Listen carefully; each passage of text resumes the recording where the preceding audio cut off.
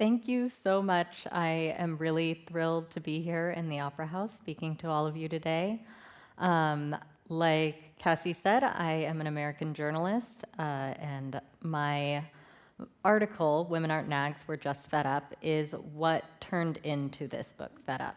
But before I get into how that came to be, I want to start out with a question, which is, what do we mean when we call women nags?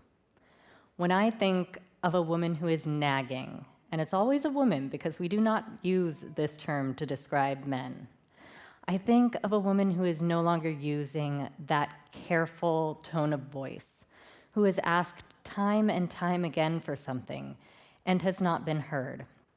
And I think it's really interesting that we use this term nag, that we place the negativity on the woman who is asking for help, who is just asking for something incredibly reasonable. And we don't say anything of the person that is not doing their part. And so when I think of the word nag and what we mean when we say a woman is being a nag, what we're really saying is she isn't being heard the first time. She is being ignored. She is not being seen. Her work is becoming invisible. And my husband would never say nag. He's a really good man, really progressive, but I found myself internalizing this word. So though he would never call me a nag, I would think of myself sometimes as a nag, because if I would ask him to do something and he would forget, I would really weigh whether or not I wanted to ask again or just do the job myself, because I didn't want to become a nag. And if I did ask him again, I really didn't want to ask a third time, so I would usually do the job myself. And I had all of this negative self-talk about, why I didn't want to do that, why I didn't want to be a nag. And beneath all of that was this question that was brewing, which was, why is this my job in the first place? Why am I the one reminding my husband to do these really simple tasks? Why am I the one to mail out his mother's birthday card? Why is this my responsibility? And so that sort of percolated for a while and eventually turned into my article. For those of you who have not read it, it goes about describing a really frustrating Mother's Day experience I had.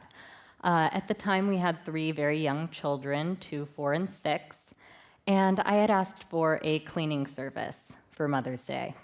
And I was very specific in this request.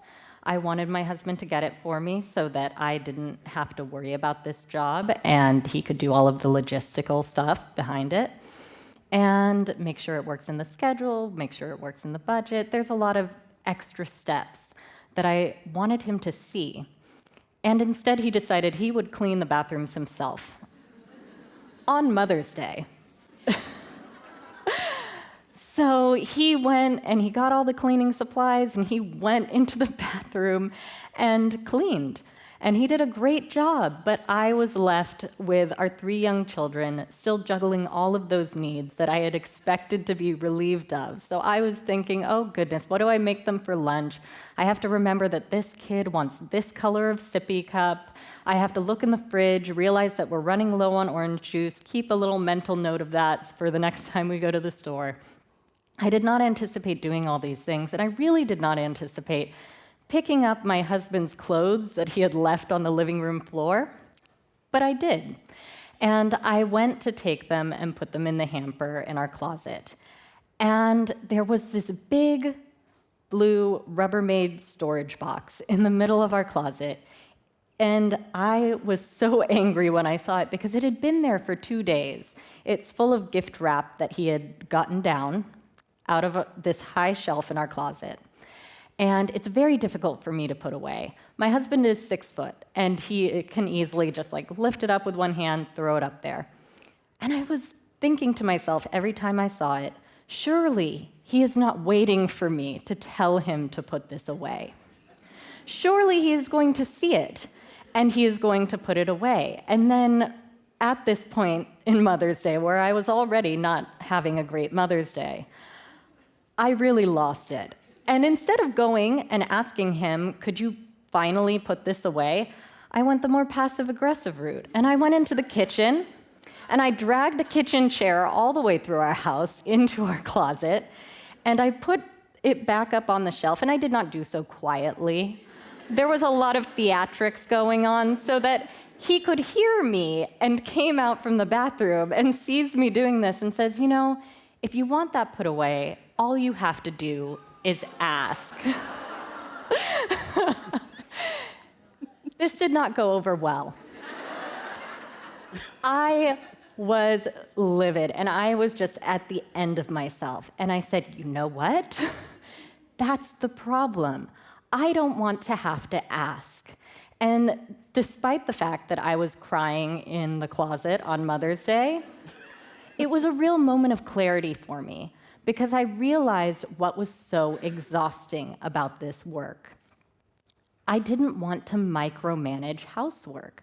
I wanted a partner who was taking equal initiative for our shared life together. And that was what I was not getting. And when we started to have this conversation, it was a little bit hard for my husband to see why it mattered so much that I had to ask. What's so hard about asking? And this is a question that I get a lot. What is so hard about asking for help? And I think what is so hard about it is that we are the ones keeping track of everything that needs to be done. We are keeping the mental lists. We are delegating out all of this work. And we are expecting to have an equal partner when really we have someone who we are delegating out this work to. And it takes up our time, and it takes up our mental space, and it takes up our emotional energy. And I was not this clear in describing this while I was, crying in the closet. And so telling him this required some damage control, where I had to talk about emotional labor, and it became more emotional labor.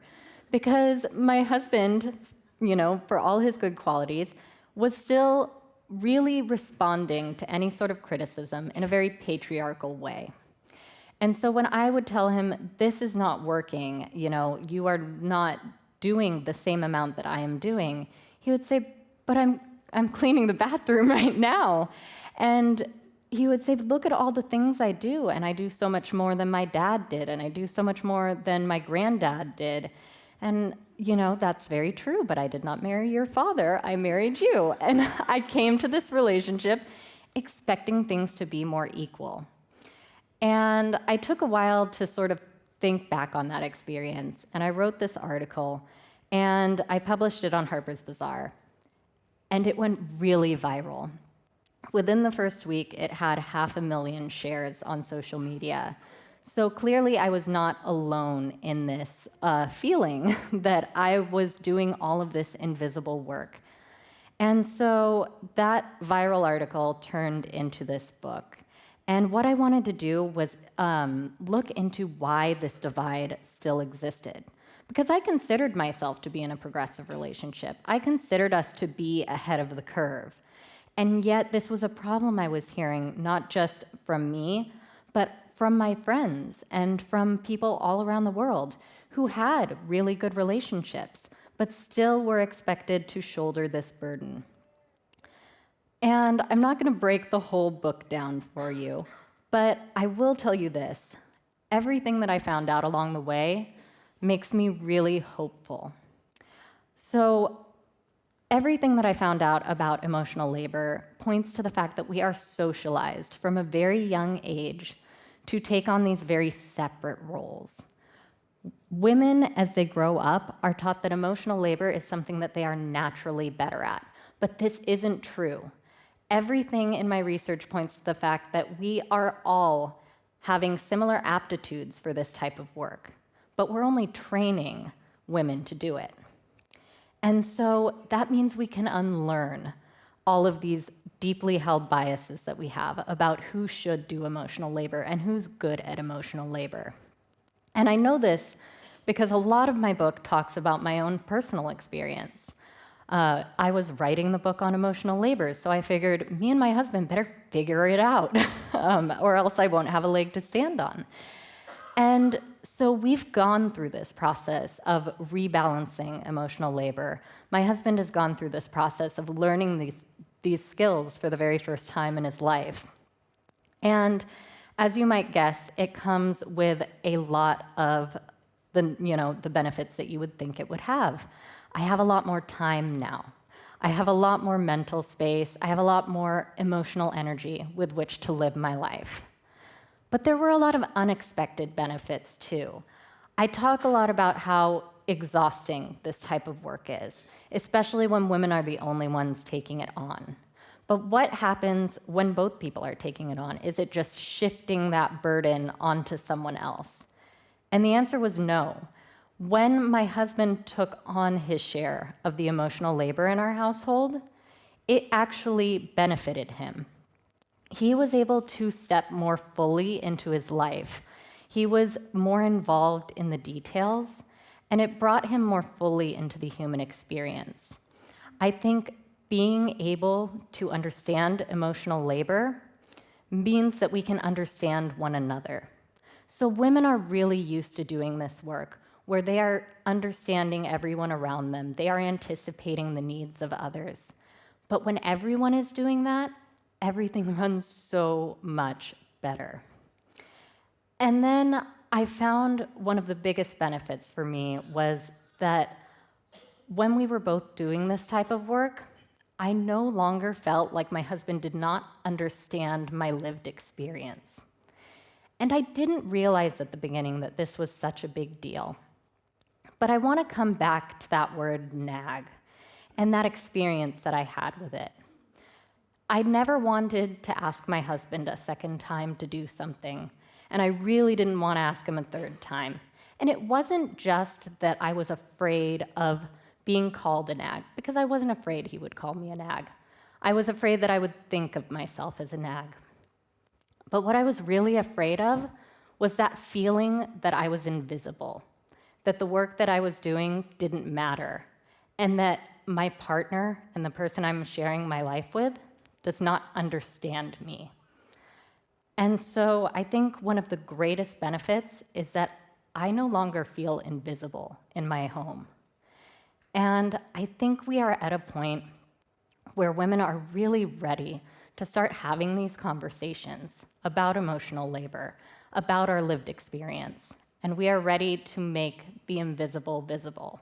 And I think that's going to change the world. Thank you.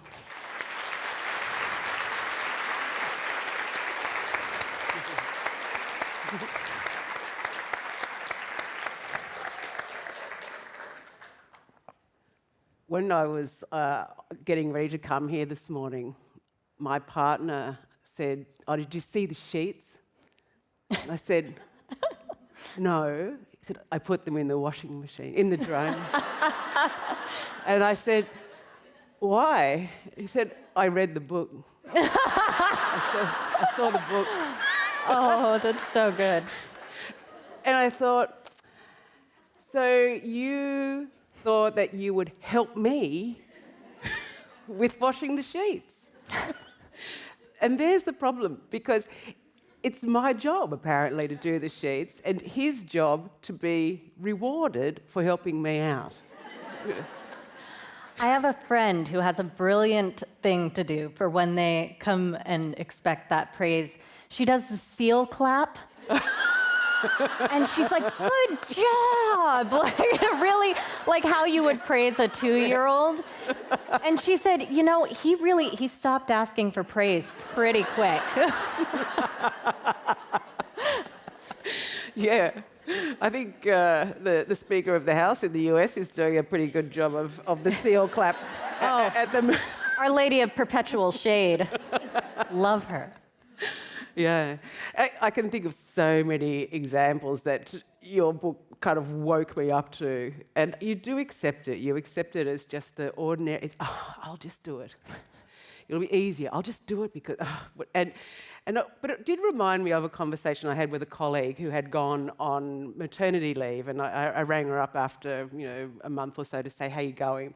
And the baby was waking up every 2 hours. She'd had mastitis. She had problems postnatally, and all these things. And her mother had gotten incredible. She was really. I said, how's Brendan? And she said, he's good. Yeah, he's been riding his bike and playing his guitar and. His life had gone on completely uninterrupted by the birth of this medical emergency.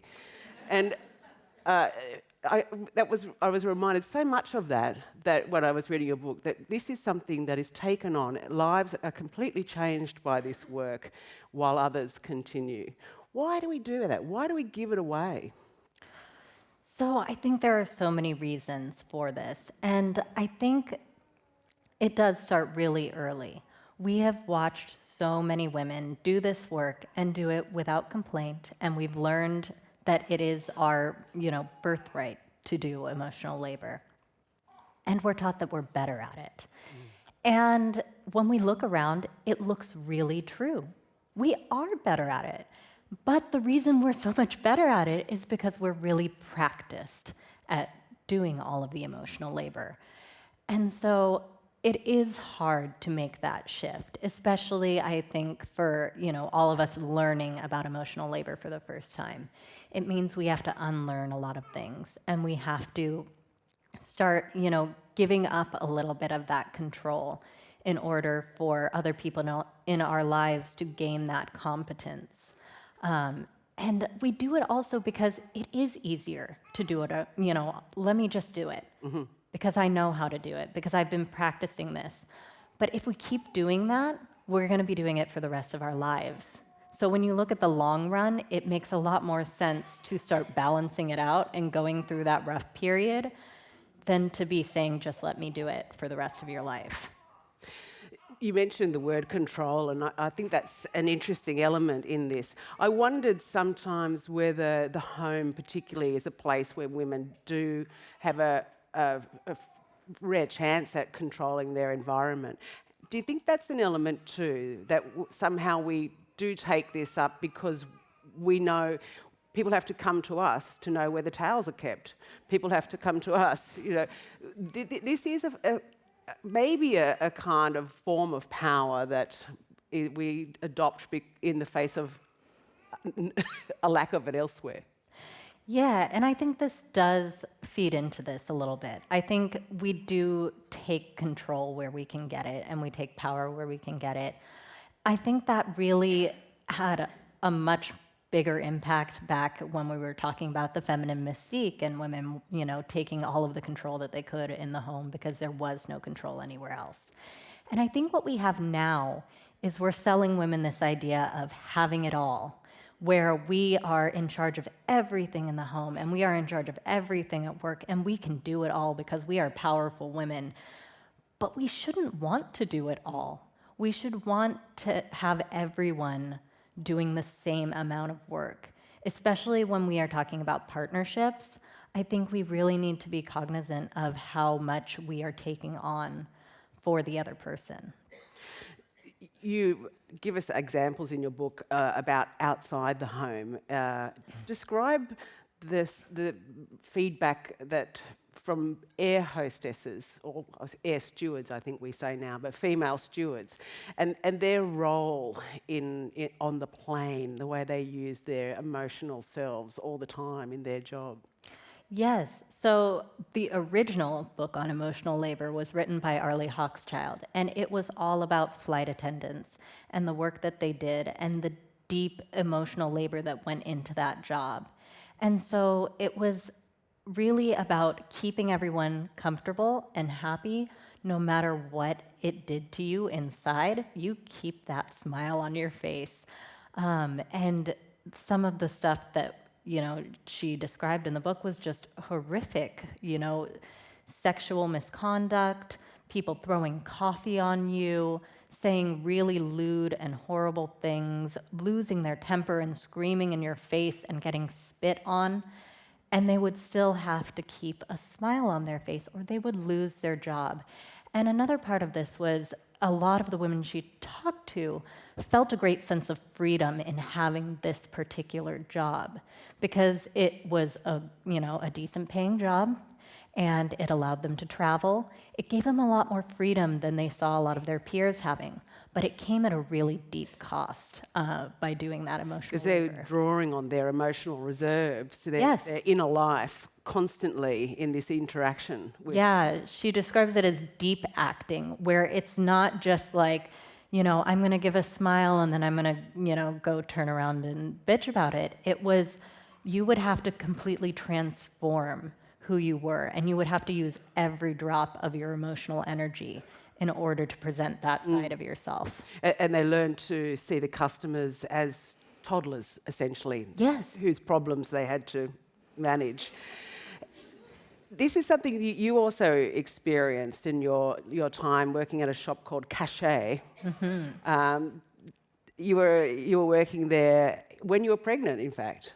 Yes, I was. I was working. I worked retail for many years, and when I had my first child, I worked up until the day I went into labor, and I was Because actually there is no maternity no, leave. there's no maternity leave. There was no paid leave whatsoever.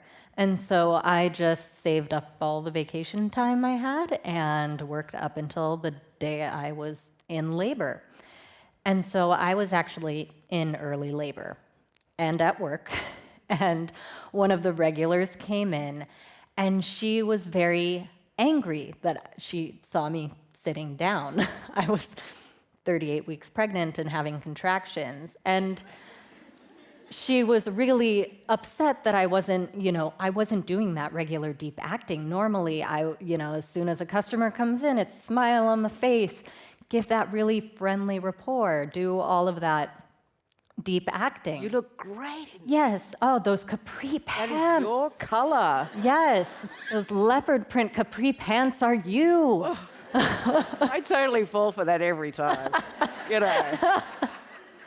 So, she was expecting that, and she came in and was trying on clothes, and I was having trouble keeping that up between contractions. And she literally told me, she's like, "You're not in labor.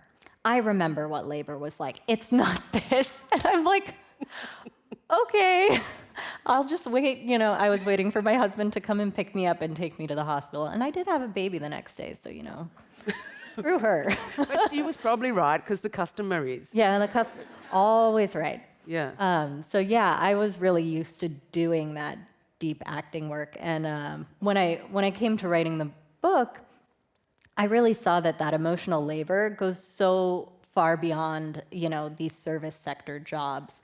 Women are really expected to keep everyone comfortable and happy and to sort of bury their own emotions. So it's not something that exists solely in these types of jobs. It exists in the home, it exists in the workplace and out in the world.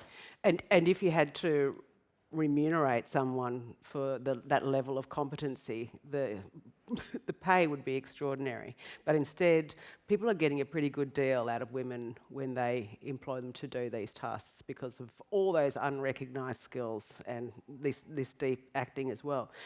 So I thought about some of my strategies that I've used while I was reading your book, and I've often employed the strike. So... yeah, so way back to Lysistrata, I suppose you could, but is that effective? You chose the gift box that Gemma was talking about earlier, that she wanted to be replaced to where it came from. Her husband had actually gotten it down to wrap her present, so that's why it was there. But it was still your job to put the box away. So what if you just left it there, or what I do with my sons? And I've pretty much always, I don't do their washing because it's their washing. So, and for a long time, I don't know what they actually wore, and I didn't really care either. And that's been quite effective. They're 21 and 23 now, and they're really quite good at it. And because once you do their washing, you've got to hang it out, and then you've got to sort it out from your washing, so. that's one success I've had. But is the strike a successful technique? So I think it depends. I've heard it work for some women. But here's where it gets really tricky, is that when we say, okay, I'm just not going to do this work, eventually you're going to be the one dealing with the fallout. Especially for me being, someone at the time of writing this book, I have young children. And so my 3-year-old is not going to be able to get it together and, make it work. When they're older, absolutely. But as of this moment, someone's got to keep juggling those balls. And if I start to drop things, then I know that, if my husband does not step up, if he does not pick up the pieces, then I'm just creating more work for myself. So this is why I think we really need to stop talking about women letting it all go. And we need to start having conversations about shared standards and getting both people to do their responsibility. I get a lot of questions about me being a control freak. And a lot of women I know get those questions. And they're asked, why don't you just let it go? Why don't you let the house become a mess, let them wear whatever and, go on strike? And I think that really devalues the work that we do. I think that one thing that I learned from not only my own experience, but talking to a lot of other women, is that when we organize our lives, when we do emotional labor and keep this mental list running, keep these reminders going, we're not doing it arbitrarily. We're doing it because we know this is efficient. We know this is what keeps everyone comfortable and happy. And so we're not doing it because we love control. We're doing it because we love the people around us. And so I think we need to keep that in mind, because when we're saying let it go, we're saying, the work you do, it doesn't really matter. And I think it does. So yes, if your mother-in-law doesn't get a present, or there's no dish to contribute to the Christmas lunch, there are emotional consequences of that for everybody down the line. So then you are sort of thrust into this role of being a Cassandra, the Greek woman who was cursed never to be able to see the future but never to be believed, and I think about her a lot, given that that's my name, I think, So, you kind of, but if you don't do this, I can see this will be a disaster. So how do you break open those conversations so you're not always being the harbinger of misfortune? How do you have an adult conversation and not have to have it 50 times a day? So, one part of this is, I think me and my husband have had a lot of conversations about it, especially throughout, me writing this book. I started bringing it up a lot more often. I didn't wait until I got to that boiling point. But I think a lot of the times I'm asked, how do we have this conversation? And moreover, how do I explain this in a way that my partner will understand? How do I sort of digest it for him and then hand it over? How do I do that emotional labor for him? Emotional management, isn't it? Yes, and people always want to know what I said specifically to my husband. And I can tell you, I don't really know. We haven't had one really important conversation. And what happened is he wanted to learn, and he wanted to understand my life. And I think that is a standard that we should not be afraid to hold our partners to, is to say, I need you to do the effort to learn. I don't want to hold your hand through this, because that's what so many women fear, is that if we're going to change the balance of emotional labor, that's just going to be so much more work on me. I'm going to have to break it down, and I'm going to have to deal with things not being done the right way. And I think that's, we're back to that point where we're not expecting men to change. We're expecting to make the changes that are going to make it easiest for them. And I think we need to start expecting more. I think we need to expect our partners to really step up and want to understand our lives, want to make this work. And it can't keep involving that hand-holding. Yeah, I think that is certainly part of it. In a moment, we'll be taking some questions, so start to think about that. And I think there are some microphones on either side, so if you want to make your way down to there, or there'll be people available on either side, I think. So what you're beginning to touch on there is the much darker side of this, and that is when you have learned to take responsibility for things that happen, mistakes. You're very good at being a peacemaker, or you're very good at being perhaps making it okay for people who have exhibited bad behaviour.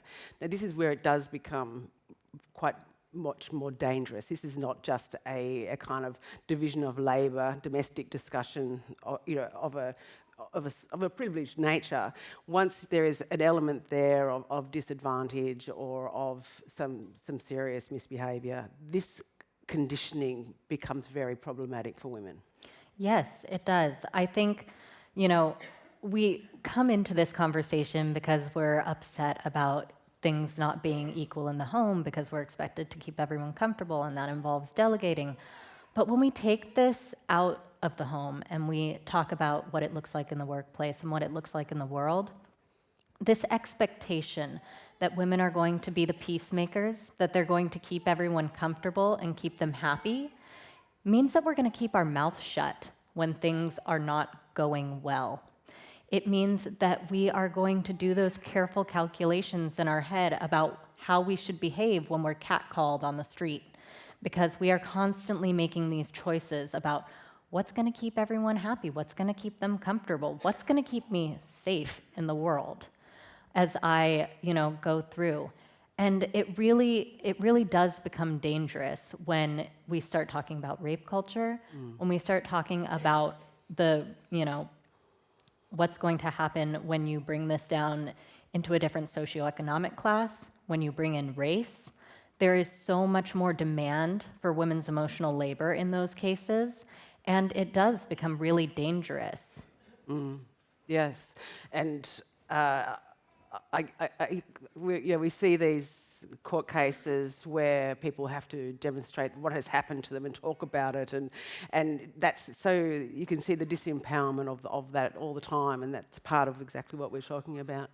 Does anyone want to open up the conversation from the floor? I can't actually see very well. I can't see anyone. Yeah, it'd be lovely to have some questions, maybe, even some reflections on how this has been in your life. Yeah. Hi. Hi. Hi. I have a question. Thanks, Gemma. Really appreciate the insights. But it sounds like your husband has a real great growth mindset. So what? In the instance where you're faced with someone, and as you mentioned, culturally, background, upbringing, etc., potentially coming from a very fixed mindset and not necessarily have widened perspective, and hence potentially he considering maybe lowering the expectation and upping them. But do you have some advice on tools how to engage that dialogue or how to transition? Because it does become, really hard. Great question. Yeah. Yeah. And so I think there are a lot of women that are in this situation where they're not dealing with someone who they feel comfortable with just, throwing them in the deep end. And I think one of the best things that women can do is start to set some boundaries around how much emotional labor you're going to do. And so this does involve some of that, very purposeful letting go of certain things, letting go of certain expectations. As far as having the conversation, I think it really helped when I was talking to my husband from a cultural standpoint, when we were talking about the different ways that we were socialized and the different ways that culture had, raised me to see this as my job and not for him to see it at all. But I mean, really, we don't teach men to look at this. We're really good at making it look seamless and easy. That's why this work is invisible. So I think talking about those cultural forces rather than being like, you need to start doing this, this, and this, is a much easier into the conversation than, pointing out all the little nitpicky things. Thank you for that. Over here.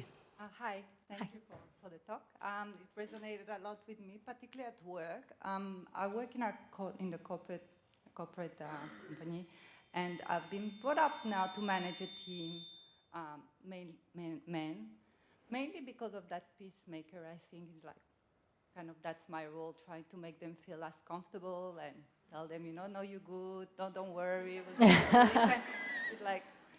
But then I feel that there is an emotional strain to it, because it's like I'm dealing with kids all day. Yeah. They're very good, they're Yeah. like amazing and all that, but there is Yeah. that I'm expected to.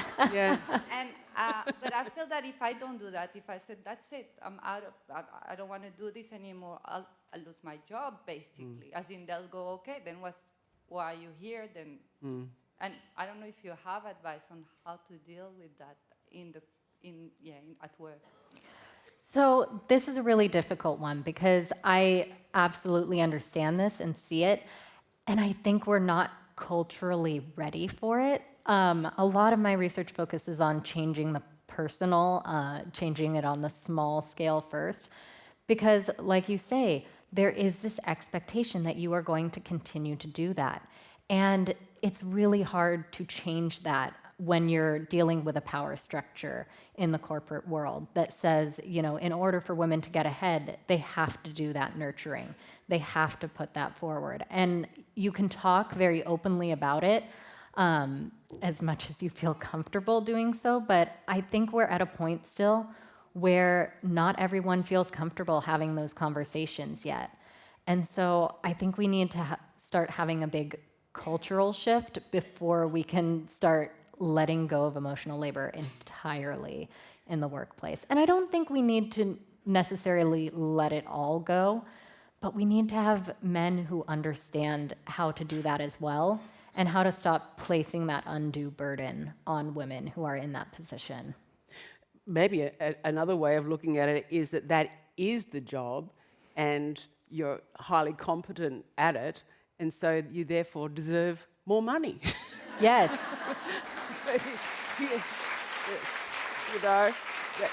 Maybe recognising part of that, that maybe, but is it hard to articulate that? I suppose it is in a workplace.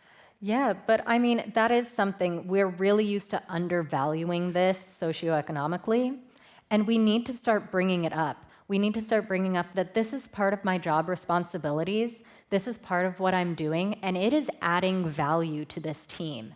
And you need to start recognizing the value that it adds and start, compensating accordingly for that work. Because that is a big part of how we're going to start valuing that work. Yep. And how we're going to start seeing men step up into that role. It has to be paid.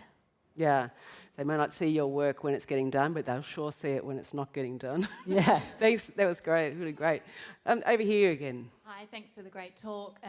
I came here with my friend, and she booked 4 tickets. She said, let's take our husbands. So what she did was she told them, we're going to a Dangerous Ideas festival talk. And my husband, just a little intro, my husband is the yummy daddy at the back with the baby. But he walked in and he said, I don't know if I know what this talk's about today. And we didn't tell them. He said, it's obviously not going to be about the rugby. My question is about transition around the child sort of rearing years. I was a professional university academic for 20s and 30s, and decided to have a career change when we had our first child. And I really noticed this emotional labour really completely changing the swing of our relationship. And as we've had our second now, I'm still trying to get back into the workforce, starting a new business.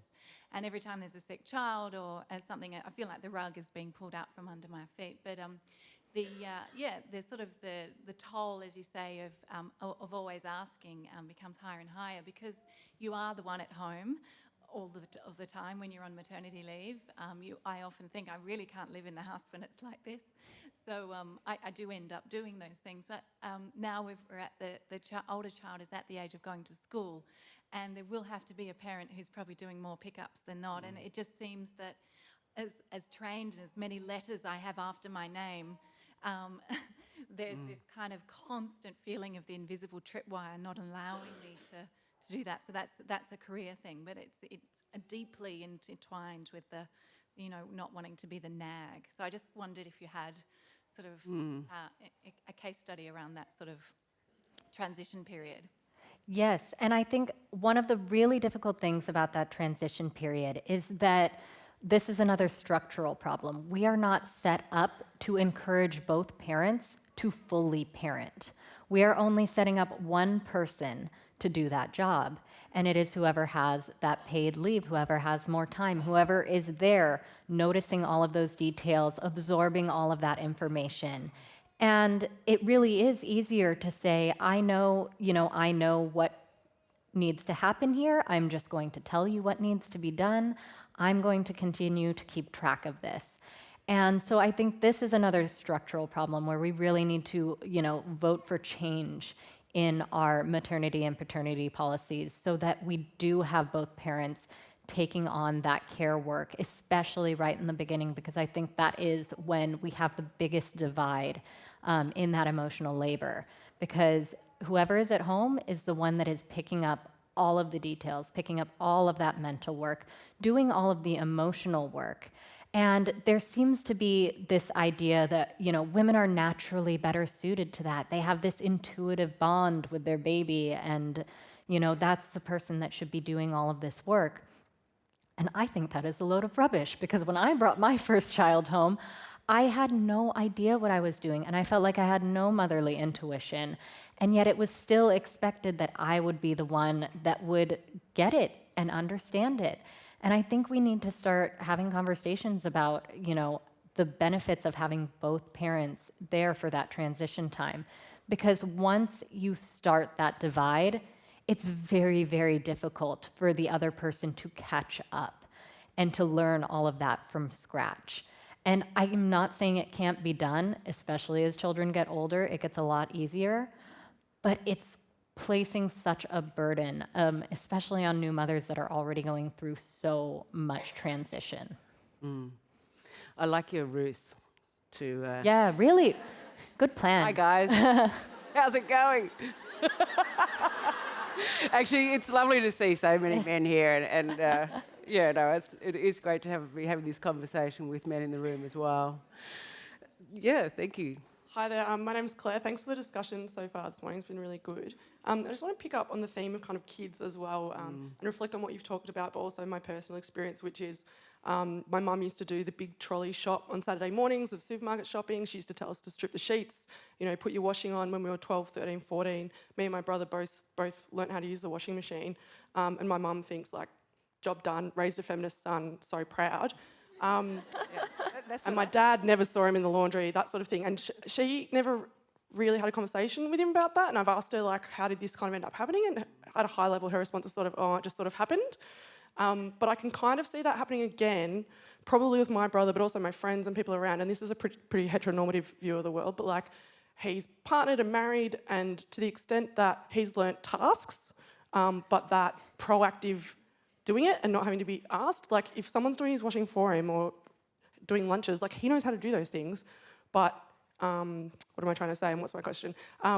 If someone steps in to do it, they'll be like, oh yeah, sure, okay. Yeah. And I can see they'll raise kids, and then mums enlist their kids and train up their kids, and somehow this jump between boys learning tasks and becoming adult men, we don't have this culture shift of the training that you're talking about, girls and women are trained more. So even though me and my brother were both trained in those things, it doesn't kind of continue. And so even though we think we're all modern 21st century women now and men are learning more, I can still see that it's the cycle's not going to quite kick it. So what do you think we need to do to kick that culture and not just train in tasks, which we all know men can do, press on the washing machine? It's not hard. Yeah, great question. Yeah, that circuit breaker. What is the circuit breaker that's stopping this move on? So I think what is really getting in the way is, you're right, men can do these simple tasks. No one is saying oh, he couldn't figure out the washing. I mean, no, that's not true. I know a lot of women who say oh, he could never do the washing and he could never do what I do, and really infantilizing and enabling this behavior. So I think part of it is that we need to be modeling it in our homes. I think it's really going to be hard to, say, I'm going to raise my kids to, know how to do all of these things, and I'm going to raise them to take on all of the emotional labor that they need to take on if they're not seeing everyone in their lives doing that. The men who I spoke with for the book that had the best grasp on emotional labor were generally raised by single mothers, because they only had one person and saw that that emotional labor is what it takes to raise a child and what it takes to function in the world.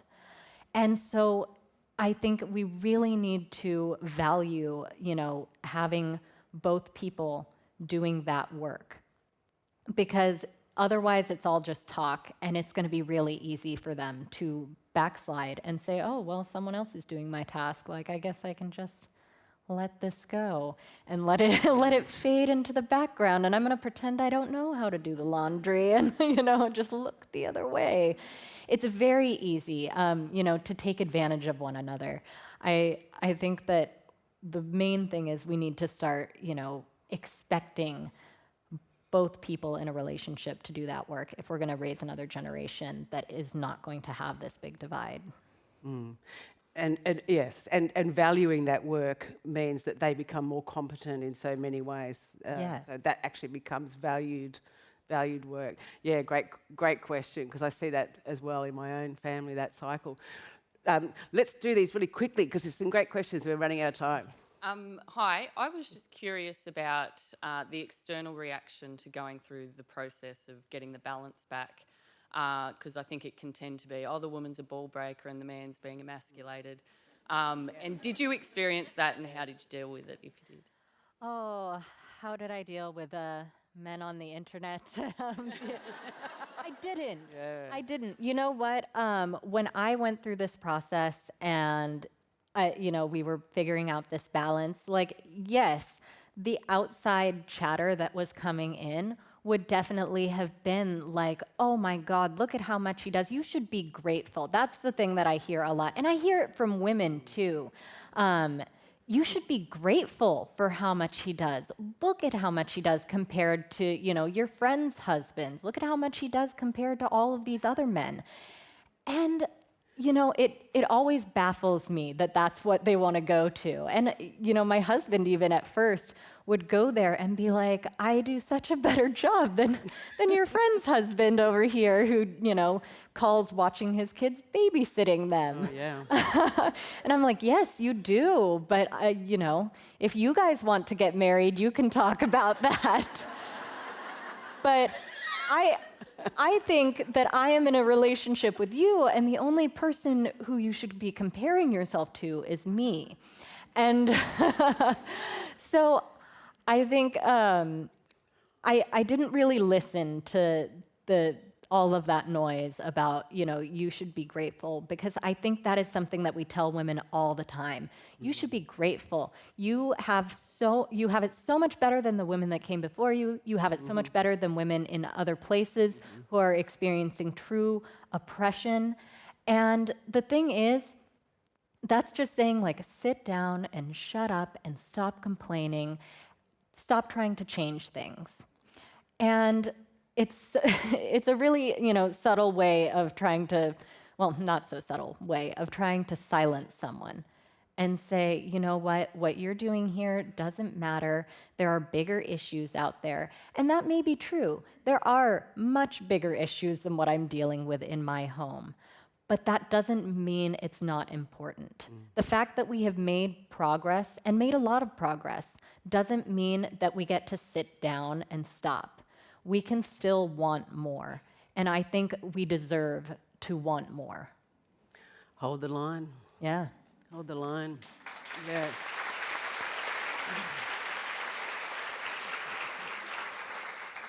Hi, I wanted to ask you about, I guess something I noticed even with my parents' dynamic is that if my mum asked my dad to do more around the house, like, for example, if she was like, could you clean more? He'd say, well, I don't think it needs to be done. And I feel like something that happens a lot is that partners put the responsibility back on the woman and say, well, if you care, then you should do it because I don't feel like it's necessary. So I guess I'm wondering how you deal with people like that, where it kind of feels like it's like the woman's issue because men, like some men have a lower standard and it's hard to, it's sort of, or that's kind of their excuse of like, well, it's not really necessary, so it's kind of your thing. And it's sort of hard to justify that it is actually something that needs to be done.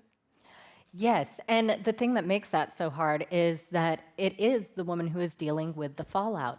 And I think that this is such a weak argument to make that, you know, well, I don't think it's important, so I'm not going to do it. If you think it's important, you're going to do it. And I think this is why I'm such a huge supporter of creating a shared standard. I think that when you are in a partnership, you absolutely need to talk about why these things matter to you and expect to be, you know, at least met in the middle. I think that women really do this work and they do it thoughtfully. There is a reason these things need to be done, and this is why. And I know that this is the way that everything runs most efficiently. This is why it matters. And I think one thing that we forget when we're having this, you know, this devil's advocate conversation is that you're talking about someone you're in a partnership with. What matters to you should matter to them. You know, what matters to us is really important. And to say that's your problem, that's saying that your life doesn't matter, your lived experience doesn't matter, your needs don't matter.